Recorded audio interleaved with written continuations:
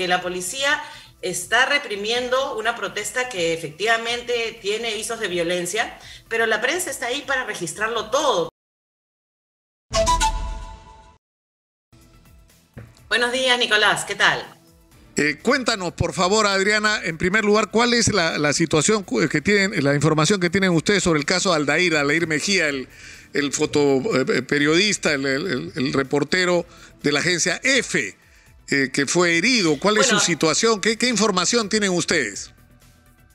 Felizmente ya está a salvo, está en Lima ya atendiéndose para el disparo que tuvo en la pierna, pero realmente fue una situación muy complicada porque durante la mañana él no solamente fue hostigado por la policía para evitar claramente que pueda registrar detenciones o enfrentamientos, pero además la policía lo amenaza y le dice que a ellos no les importa si es prensa o no, ¿no?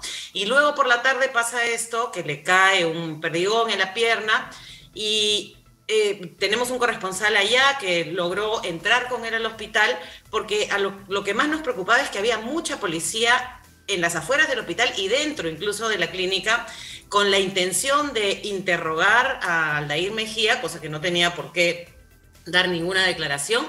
Y bueno, finalmente logramos con la ANP, nosotros, EFE, conseguir un auto y que viajen por la noche a Cusco para que sea atendido, porque en la clínica, lamentablemente, de donde estaba, en Juliaca, no habían todos los implementos para que esté bien.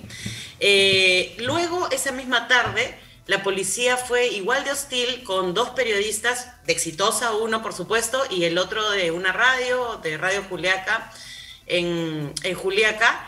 Y claramente se ven las imágenes que los periodistas están tratando de sacar registro fílmico o gráfico de estos enfrentamientos entre la policía y los manifestantes, y es la policía la que impide que se pueda cubrir. Se ve al periodista de Exitosa que lo está empujando hacia una zanja con la intención de que se caiga. Felizmente el periodista pudo ver que había una zanja al lado y pudo salvarse, pero con una violencia y con una, sobre todo, clara intención de impedir la cobertura, que es exactamente lo que nosotros estamos quejando, ¿no? Porque la policía está reprimiendo una protesta que efectivamente tiene visos de violencia, pero la prensa está ahí para registrarlo todo, porque es la única manera de que los ciudadanos y las ciudadanas nos podamos enterar de lo que realmente pasa, con un antecedente en diciembre de 28 muertos, que nadie ha dado una explicación, ¿no? Entonces es mucho más importante la labor de los periodistas y las periodistas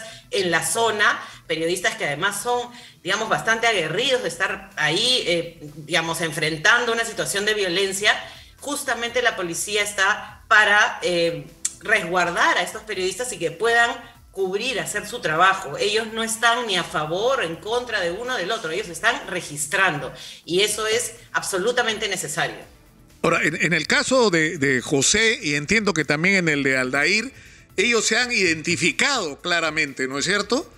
En el caso de José, incluso le jalan la credencial, le arranchan la credencial, que es el único documento que tiene para identificarse como periodista, ¿no? Y en el caso de Aldair también hubo un intento de arrancharle la credencial. Ahora, en el otro lado, José nos contaba ahora, conversamos con él hace solo unos minutos, y él nos decía que problemas lamentablemente similares tienen del otro lado. Es decir, que cuando hay, por ejemplo, una persona herida, sí se permite el que se grabe, pero en general no permiten que los periodistas hagan registros, ¿no? Y hay sobre todo mucha desconfianza y mucha hostilidad con los llamados grandes medios, sobre todo la televisión limeña. ¿Cómo manejar eso, Adriana? Porque es un problema real. Hay gente entre los manifestantes que considera a la prensa limeña, e insisto, sobre todo a la televisión, como enemiga, digamos, ¿no? Como gente que los terruquea, ¿no? Sí, totalmente. O sea, efectivamente, nosotros hemos tenido incluso el testimonio de Liubomir Fernández, que es corresponsal nuestro allá y que es colega de José, y sostiene exactamente lo mismo. De hecho, el mismo sábado durante la mañana, Liubomir me estaba diciendo, no puedo ni siquiera sacar mi cámara porque los manifestantes me van a agredir, acá no se puede entrar. Entonces, él él también es corresponsal de La República, como se identifica de un medio de Lima, entonces hay hostilidad, ¿no? Es una situación muy compleja realmente, y la verdad que los que digamos pagan el pato son los reporteros y las reporteras que están en el lugar, ¿no? En el caso de los grandes medios hay un problema, hay una hostilidad de parte de los manifestantes.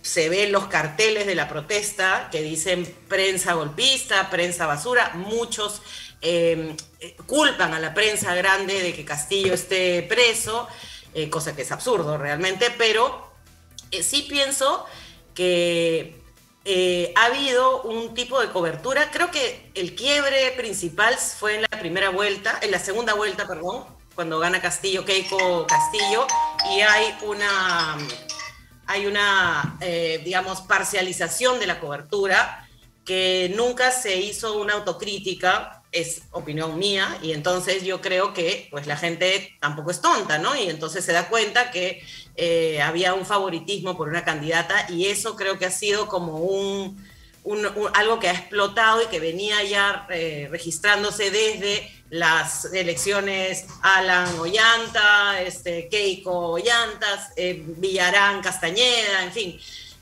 siempre con ese temor, ¿no? a la izquierda, al chavismo, qué sé yo, el fantasma que existe, ¿no? Pero sí pienso que deberían haber dos cosas inmediatas, ¿no? Primero, bueno, que los grandes medios, por supuesto que todos los medios tienen derecho a tener su línea editorial, eso lo tiene que entender la gente, pero la cobertura y la información no puede ser sesgada, sino tiene que ser pues parcial, ¿no? Para que todo el mundo saque después su conclusión, su opinión y su hipótesis de las situaciones que pasan.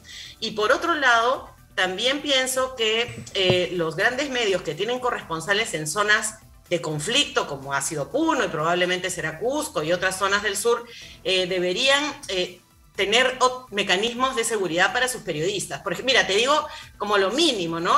Cascos, por ejemplo, ¿no? Que es algo que hemos recibido de algunos periodistas, la demanda, ¿no? Porque tienen que estar en la zona de conflicto y no tienen ni cascos. Entonces, si tú eres un gran medio como RPP o como El Comercio, etcétera, y tienes un corresponsal en la zona, creo que se deberían tomar las precauciones como cascos, como asegurar los equipos, por ejemplo, ¿no? Porque también, como tanto manifestantes como policías no quieren que se registren algunas cosas, rompen equipos o quitan las cámaras. Y bueno, esa es la herramienta principal de claro, que son comprados por los propios periodistas, ¿no? Sobre todo en el caso de los foto y video reporteros.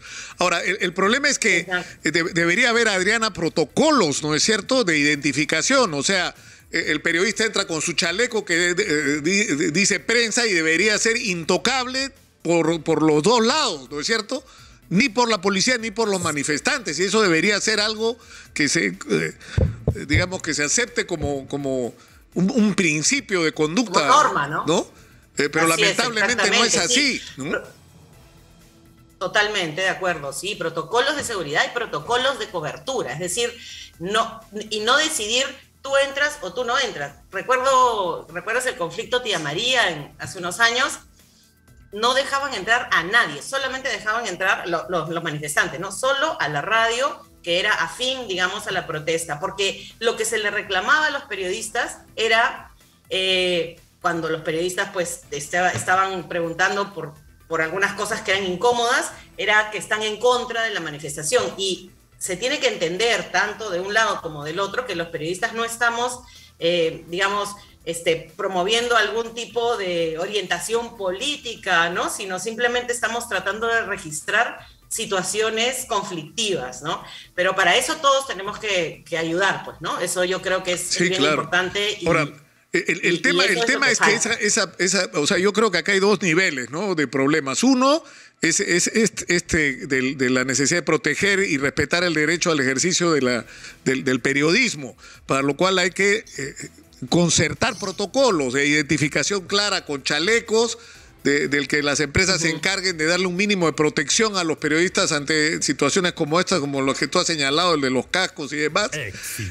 Pero en el otro lado, hay una discusión importante que hay que dar con respecto al sesgo informativo, ¿no? O sea, yo recuerdo que para entrar a Cocachacra y transmitir desde Cocachacra yo tuve que hacer una chamba de semanas de convencerlos de que lo único que yo quería hacer era escucharlos. Sí, pero todos los periodistas nos acusan de terroristas, ¿qué tenemos? Y se indignaban, ¿no?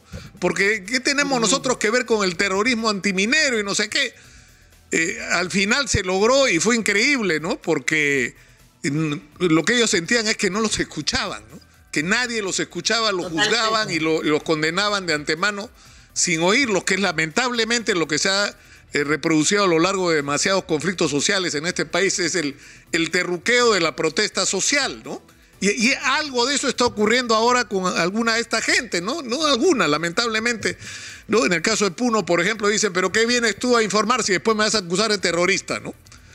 Entonces, totalmente. Eso es un tema que lamentablemente... Sí. O sea, en los carteles de la protesta está el tema de la prensa, ¿no? Prensa vendida, prensa basura, que es un discurso estigmatizante que también lo repitió mucho, sobre todo el ex premier Aníbal Torres y todo el gobierno de Castillo. Y debo decir también que la actual presidenta Dina Boluarte, cuando era gobierno. Entonces, ese discurso cala. Sí cala, y no es una cosa solamente del Perú, pasa en un montón de países de América Latina, del discurso estigmatizante que termina en violencia, que deriva directamente en violencia, y que genera pues todas estas situaciones muy complejas, ¿no? Yo recuerdo el caso de Dante Piayo en la marcha de los mineros ilegales en Madre de Dios, que cuando él estuvo ahí tratando de como dices tú, cubrir, pero contando cuál era su labor y tal, hasta que lo descubrieron que era del comercio y tuvo que salir de la zona porque lo iban a linchar, ¿no? Y eso es un problema. He conversado con periodistas, por ejemplo, reporteros y reporteras de América Televisión, que tienen que muchas veces, cuando cubren protesta, quitar el logo del medio, sacarse las credenciales, ¿no? Bueno, Adriana, te agradezco mucho por esta comunicación y me imagino que va a haber algún nivel de coordinación con los representantes. Bueno, hoy día el ministro Chávez Cresta, ministro de Defensa, ha dicho que va a haber un irrestricto respeto al ejercicio del periodismo, ¿no? El problema es que eso tiene que aterrizar en acuerdos y protocolos muy precisos, ¿no? Para que incidentes como este no se repitan, ¿no? Totalmente, porque la policía está muy agresiva y no es que lo digamos tú y yo, las imágenes hablan solitas. Muchas gracias, Adriana. Muchas gracias. Muy buenos días. Buen día.